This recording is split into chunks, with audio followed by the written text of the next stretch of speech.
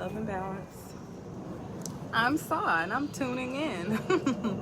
No, don't pay me no mind. But hey y'all. So I wanted to make this live talking about emotional attachments for a little bit. But before I start, I'm gonna do a little sound healing bowl.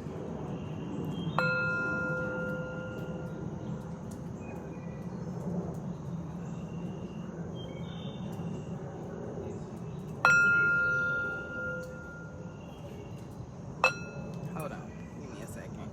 Positioning in the little pillow is important.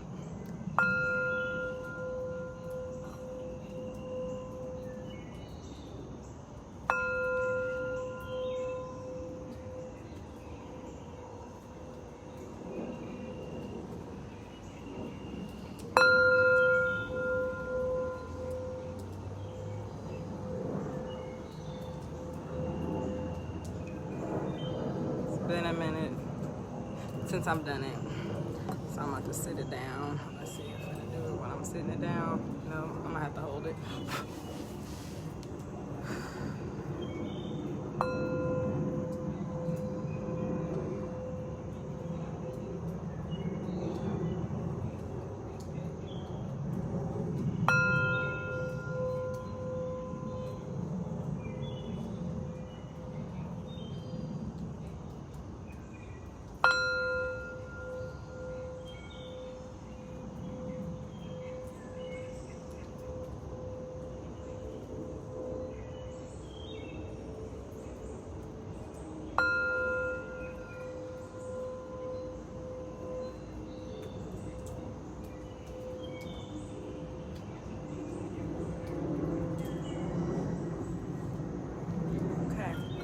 That cleared out some of the energy. You know, we're creating a safe space to have conversations that I feel like as a community, as a collective, we do not have enough of.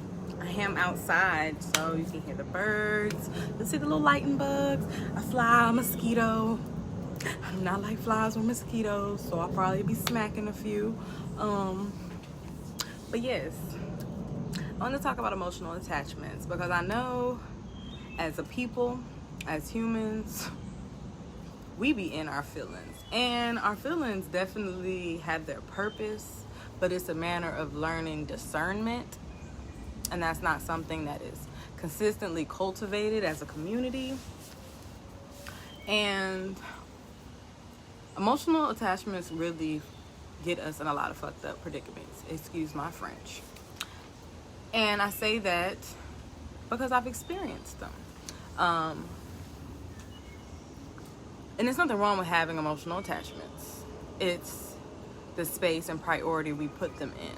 So for instance, who don't love food? But are we eating for our feelings? Are we eating for our bodies and what they need? Most of us are not eating for what we need. We're eating for what we want.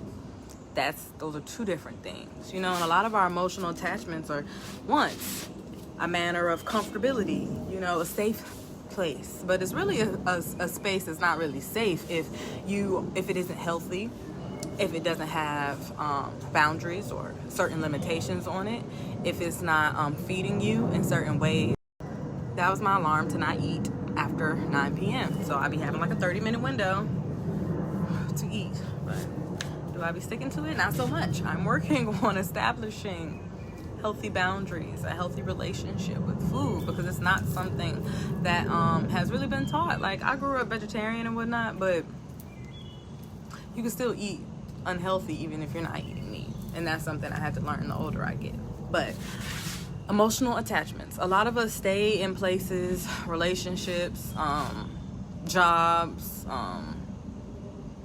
careers, which is the same thing, eating food, all because of our emotional attachment to it, not because it's actually benefiting us in multiple aspects, in multiple ways.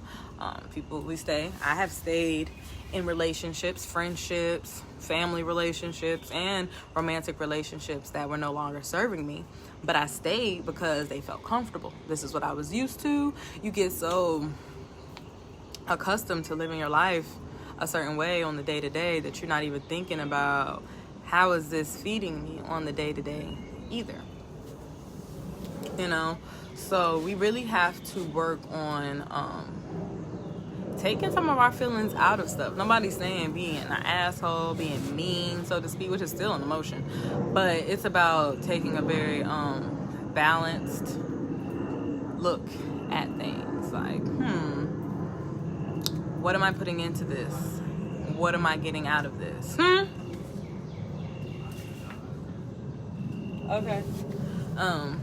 What am I putting into this? What am I getting out of this? And of course, every situation you be in is not necessarily, it has to be beneficial, because there's nothing wrong with doing for people, but it's like, how often are we doing for people, and are they doing for us? On what level is this person doing for me? You know, I've been having a lot of those conversations with my sisters, just about, you know, things are hard, but things are only hard because we don't deal with them on a regular basis. You know, when you get accustomed to doing something, for instance, you know, to stop lying, it's always going to be hard to stop lying if you don't ever actively work on just telling the truth. You know, I realize there's a lot of people out there that lie so much, and they lie based off of whatever their reason for lying is. My main reason that I've seen that people lie is because fear of consequences. You're scared of something, so that's why you're lying. You know, whatever that fear may be, we have to be honest with ourselves before we can be honest with anybody else. The weather out here crazy. But emotional attachments. You know, there's nothing wrong with loving people, but love is never enough, you know. And I know we all talk about a certain amount of, you know, peace, light, love, but there's another end to that too. And as a self-aware melanated woman, I do my best to look at situations from a balanced and fair point of view. I do my best to not just react emotionally, because that is not always the best way about going about things. I mean, and I've seen how a lot of my emotional reactions have gotten me in plenty effed up circumstances. So that's something I have really worked to combat. It's my little herbal blunt. All herbs, no marijuana. Will be dropping soon. So definitely stay tuned.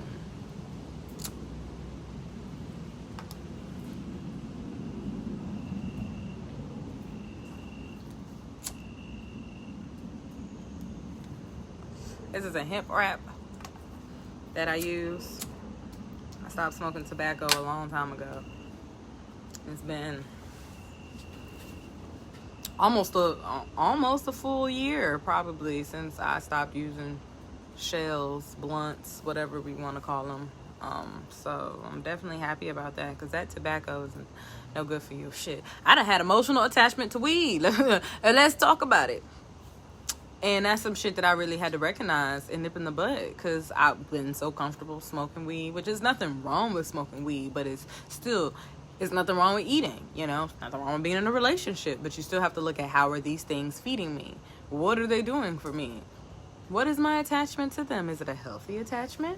Am I using this to cope because I don't have other coping skills? I mean, we really have to question things and not just keep doing stuff because it feels good. Like, that's why we be in a lot of the circumstances that we be in, because we just acting off wants and feelings.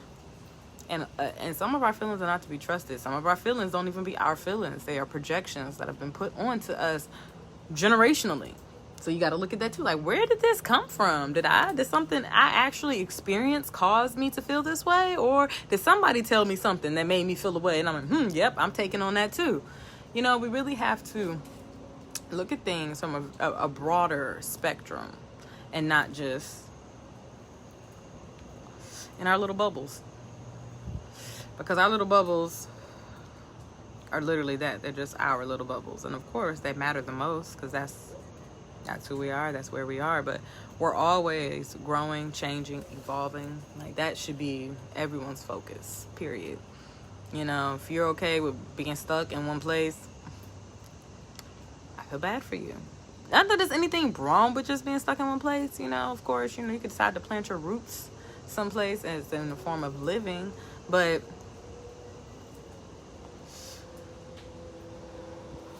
as a person, we always have to grow. Like, we have to learn. There's always new relationships, experiences that we need to be learning from and or teaching others about. I love learning through experience and conversation. I don't always have to go through everything for me to get the point of something, which I'm grateful for, because a lot of people like to take the hard route. A lot of people just like to bump their head over and over again, which, I mean, you're entitled to do that. It's your life, you know. But I feel like if you have the resources, if you have the tools, if there's somebody there that is trying to help you, why scorn that? Why make this life more difficult than it already is? And that's something that I've been working to do. Sometimes we like to live in a state of confusion based on our emotional attachments. And when you start questioning things, you get to the root of it. Like, damn, well, I've been creating these gray areas. Story time. So, back in 2017, 2018, I left a very, very, very, I won't say very toxic. We were both very toxic. We were not elevating one another. There was a lot of stagnicity. There was cheating. There was hitting. I was doing the hitting, but he was doing the cheating. So, you know, it was it was just not okay. Like, that environment was not okay. And when I really started to take my mental health more seriously, when I really was ready to face my anger issues, I was not able to do it in that house. Like, because you cannot heal in the same environment you got sick in. So when I recognized that this emotional attachment is not serving me outside of my feelings, I had to make a very difficult decision. So, you know what?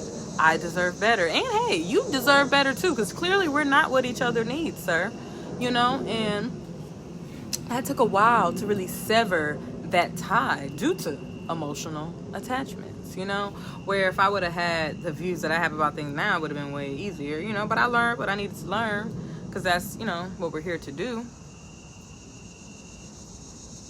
But boy, oh boy, you know, when you really recognize, like, damn, your emotions, like, granted, they do teach you a lot, but they also, like, they get you in a lot of circumstances that you really could avoid if you would, for one, control your sexual urges, and two, recognize that everybody ain't meant to last forever. Friendships, family relationships, and romantic relationships, you're literally meant to learn what it is you learn, and then you can go about your way. But a lot of us get so stuck on trying to control people.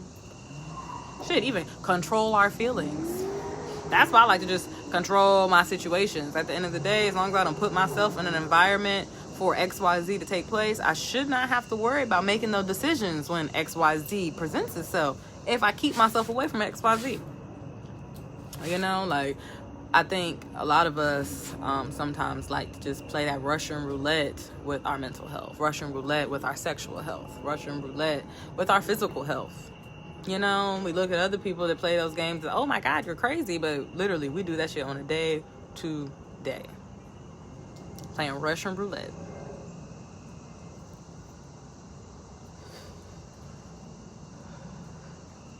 And at some point, I realized I don't want to keep causing myself self-harm of the mental.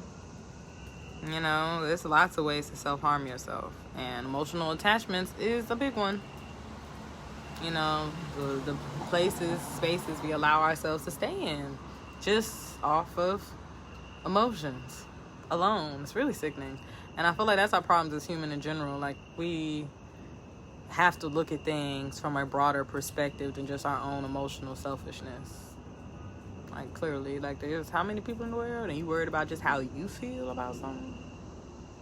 I mean, granted, it does start with self, but I work on myself so I can help others, so I can help my community. I'm not working on myself just so I can pat myself on the back.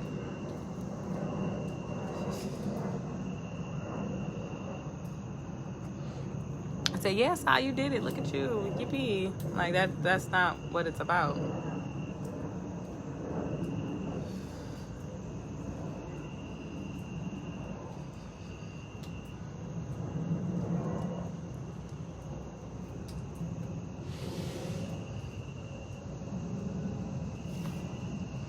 I think I like this one.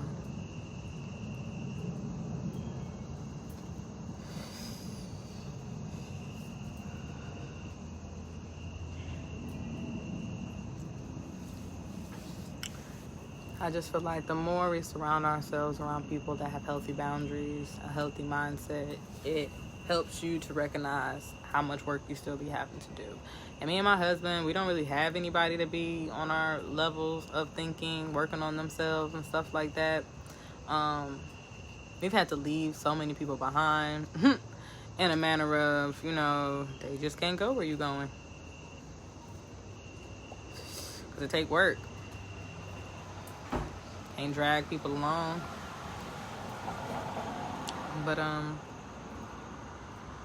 that's pretty much my tidbit about emotional attachments. I mean, of course, everything can always go deeper, but I feel like that was a good scratch on the surface, for sure. Because who be talking about this kind of stuff? People really everybody allowed to live their life however they want. But is that how you're actually supposed to be doing it? Just because we have the options to make all these choices does not mean that we're making the right choices. Like, when you bring spirit into it, it's like a lot of choices already be kind of made for you. It's like, damn, well, this is what we got to do. And I'm just happy that I guess I've gotten into that space of just being humble to listen, being humble to learn, and being humble to know that I do not know everything and I don't always know what's right. And being okay with that. And asking for guidance when I need it. So, this has been lit. I would do the singing bowl again, but I'm smoking this. So I hope y'all enjoyed this little tidbit. Let me know if you got any questions. Like, share, DM me if you got some questions. I hope y'all have a good rest of your day. Peace.